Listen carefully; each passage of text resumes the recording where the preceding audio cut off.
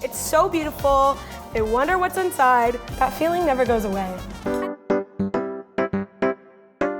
I got my water boiling. I am gonna salt this pretty generously. I like my pasta water to be really salty because your pasta will absorb that salt and be flavored. They say it should be as salty as the sea. Now I'm gonna add in my pasta. Again, I'm using orecchiette. I'm just gonna do the full box. Stir that up a little. So I'm gonna be cooking my pasta to just before al dente. We're not cooking it all the way through because we're gonna be baking the mac and cheese later, and we don't want our pasta to be mushy. So I'm gonna let my pasta cook for about 7 to 8 minutes, but then we'll be ready to move on. All right, our pasta is done. It's al dente. I gave it a little taste. I'm gonna drain this and then we'll move on. All right, my pasta is drained. I'm putting it back in our pot, right in there. So I'm just gonna be setting it aside on the counter for later. You don't need to put it in the fridge or anything crazy. Just let it hang out. Pasta is done. So like I said, I'm gonna be using 2 types of cheese, sharp cheddar and Gruyere. We need a lot of it, so let's get going. We need about 4 cups of this cheddar cheese and 2 cups of the Gruyere. So first, I'm gonna melt 6 tablespoons of butter. I am using a pretty deep, pretty big saucepan here because we got a lot of cheese. This recipe is definitely not healthy, but you know, who's keeping track these days? All right, my butter is melted down. I'm gonna add in the flour. I'm gonna be whisking this pretty constantly to make sure the flour does not clump. And just keep it moving. So it's not exactly ideal to use this metal whisk on my nonstick pan, but it's all I got right now. Don't come for me, internet. Be gentle with me, I'm fragile right now. I've been alone so long. So I'm just gonna start gradually pouring this in, whisking while I go. And again, take your time here. We just wanna make sure that the sauce is as smooth and creamy as it can possibly be. And then a heavy cream. And now I'm just gonna continue to heat this up for a few minutes, stirring to make sure we get a nice, silky, smooth sauce. Our sauce is looking really beautiful. It's thickening up really nicely. I am gonna season this with some salt and some pepper. You can do this to taste. I've turned the heat down now to like a medium low just to make sure it doesn't get too hot. We don't want our sauce burning. It's beautiful. Time for the cheese. We're gonna do it in batches to make sure it melts down each time. Woo! Guys, this is looking so good already. I can't wait. I mean, if you're gonna eat mac and cheese, you might as well go for it, right? All right, the last of our cheese going in. The final stir. Listen, she's nice and thick, beautiful. I kind of want to eat it. Is that bad? Can I try it? I guess there's no rules. Who am I asking? I'm here alone.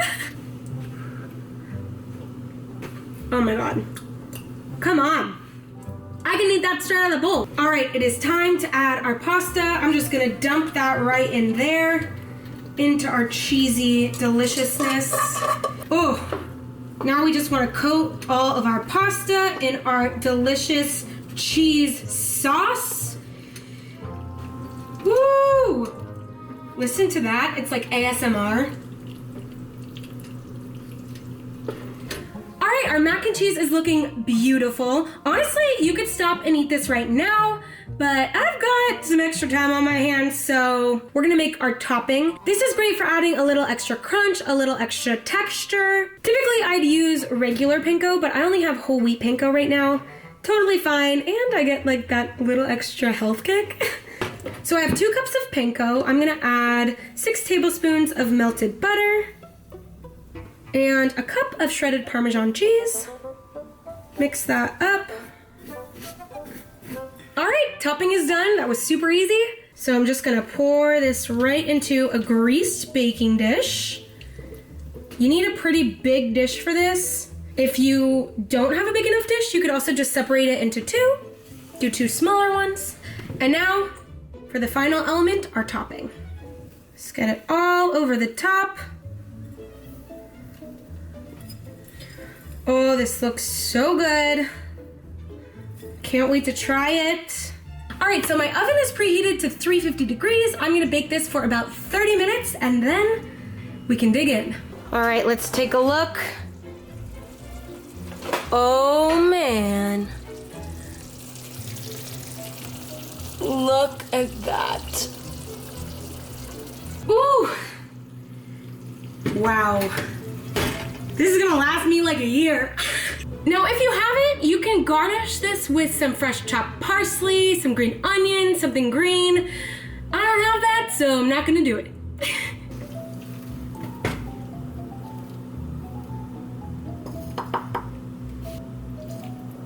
Looks so good. Nice and hot, nice and cheesy, a little crunchy. I can't wait to try it.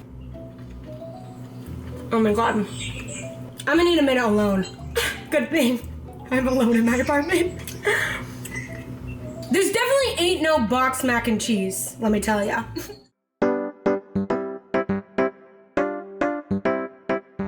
So lasagna is one of my all-time favorite foods to make and to eat. So I've actually made a few different kind of lasagna videos, and this is one of the crazier ones. So I was browsing online and I saw this idea for a pasta dome. I immediately thought that it was so cool, and I really wanted to make our own version for Tasty. So I decided to take these elements from this dome and pair it with one of my all-time favorite flavors, lasagna. So of course, for our Tasty videos, it's not only about the flavor, it's about the look, and I knew this would nail both. So because this recipe is a little bit crazy, I decided to keep the flavors simple and classic. A simple bolognese sauce to go inside of the lasagna dome, a simple ricotta layer, and of course you have the layer of the noodles.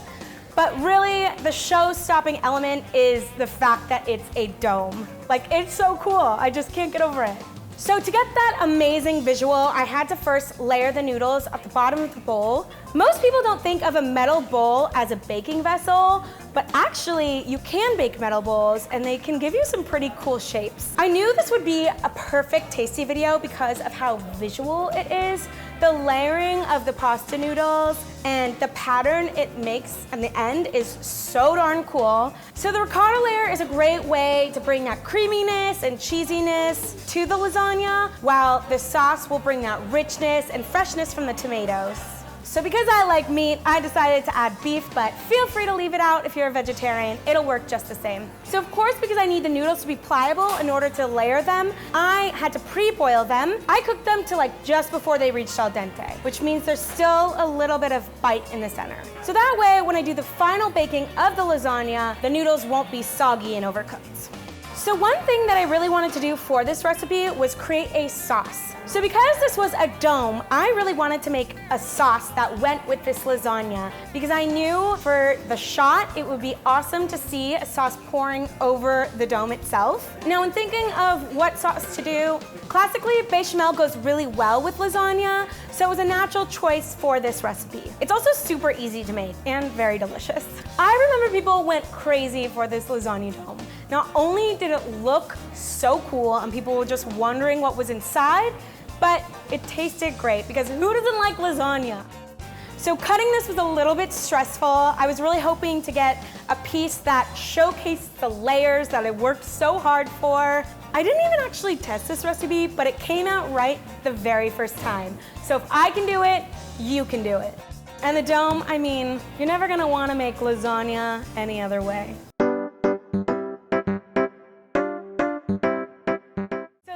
Is actually my third video I ever made for Tasty. I made this pie for Tasty for the holiday season, and it was such a smash hit that I, to this day, still make it for my family during the holidays too. So one day I was thinking about cinnamon rolls, I was thinking about apple pie, and then I just figured, why not have both? ¿Por qué no dos? The visual you get once you bake this pie is insane, But let me tell you, the flavors are all still really classic. So I decided to make a classic apple pie and then utilize the cinnamon rolls for the apple pie crust. So I remember the testing process of this pie was pretty tricky, but the end result is so delicious, I promise. So the filling I used for this is pretty classic and simple. Of course, we added some sugar and cinnamon in there, and the cornstarch is there to help thicken up the filling. Don't skip it, because then you'll have a watery pie, and no one wants that. I prefer to use fresh apples in my apple pies, but feel free to switch up the filling if you like. You can cook down your apples, you can use macerated apples, anything you want. You do have to cut the cinnamon rolls in half because you want them to be small enough to form the beautiful swirly crust. My biggest piece of advice for this is to use a serrated knife, because that will just make your life so much easier. So to simplify this recipe, we ended up using canned cinnamon rolls because it just is so much easier and a quicker process to get the crust that you want. When I was originally testing this recipe, I wasn't sure whether I wanted to use pie dough or to just use cinnamon rolls. I decided to go with the cinnamon rolls because it really gave you that beautiful swirly visual. Because if a cinnamon roll apple pie doesn't have swirly cinnamon rolls, then is it really a cinnamon roll apple pie? Probably not. And one more big tip, do not forget to put the foil on top when you first bake the pie. This will ensure that the inside of the pie bakes fully before the outside crust burns. Don't skip it. Another reason I wanted to use the canned cinnamon rolls is because they all come with this delicious icing that everybody knows from their childhood. It just takes it to the next level. So the reason I love making this pie for my own Thanksgiving is because it is such a showstopper. Everyone is so impressed when you put it down on the table. It's so beautiful. They wonder what's inside. That feeling never goes away. And it's not only so pretty, it's also so delicious because you get cinnamon rolls and an apple pie in one. Kill two birds with one pie.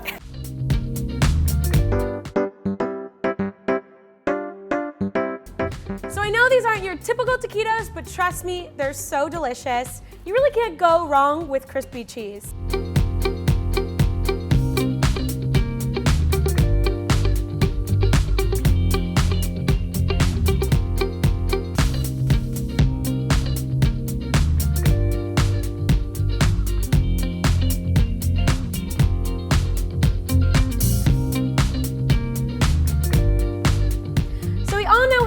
Seasoning is, and for this recipe, I wanted to keep it all pretty classic, but still pack in a lot of flavor. But feel free to use whatever seasonings you like. You can also adjust the spice level if you want.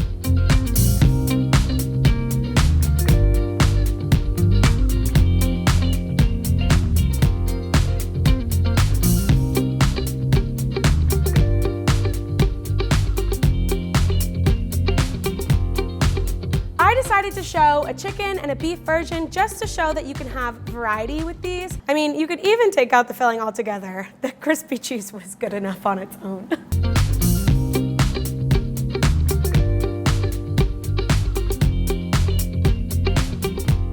So for my cheese shell mixture, I used 2 cups Parmesan and 1 cup Mexican blend cheese, and that's because the Parmesan has less moisture and it'll give you the structure you need to create the shell.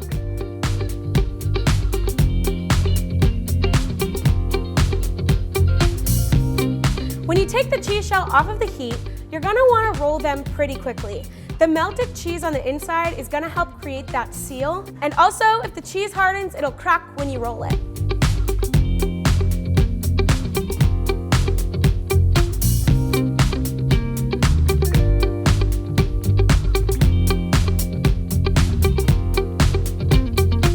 I know these don't seem particularly healthy, but they are low carb, so there's that.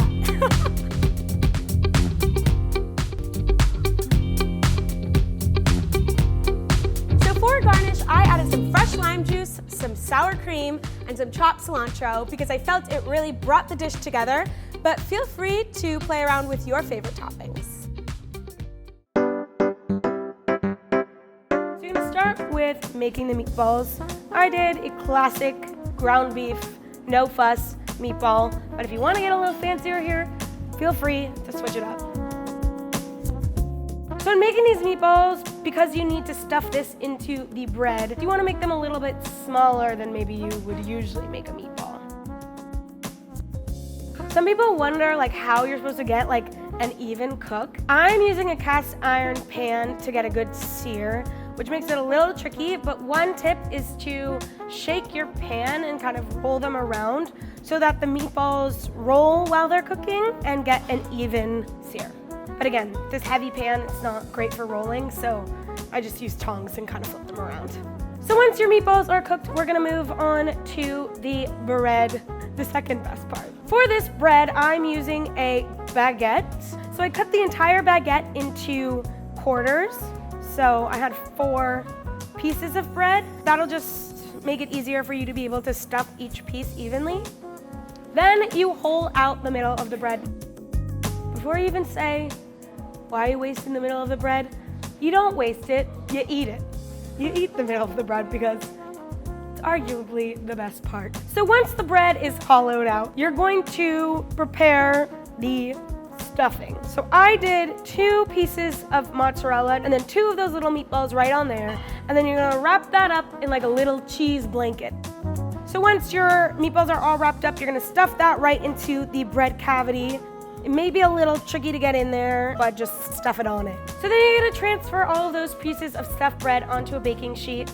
And now I'm gonna brush that, some delicious garlic butter, got some parsley in there, you got some Parmesan, and just take this thing to the next level. So brush that evenly onto the bread. It'll kind of ooze down and get in those crevices. And now it's time to bake. So I wrapped this loaf up in the foil so that it kind of like encased everything and made sure it kind of all cooked inside of the foil. Got all steamy and nice and hot in there. And then it's time to serve. So I serve this with marinara. You could serve it with whatever you like. Great party food. Cheese, meatballs, garlic bread. There's nothing better.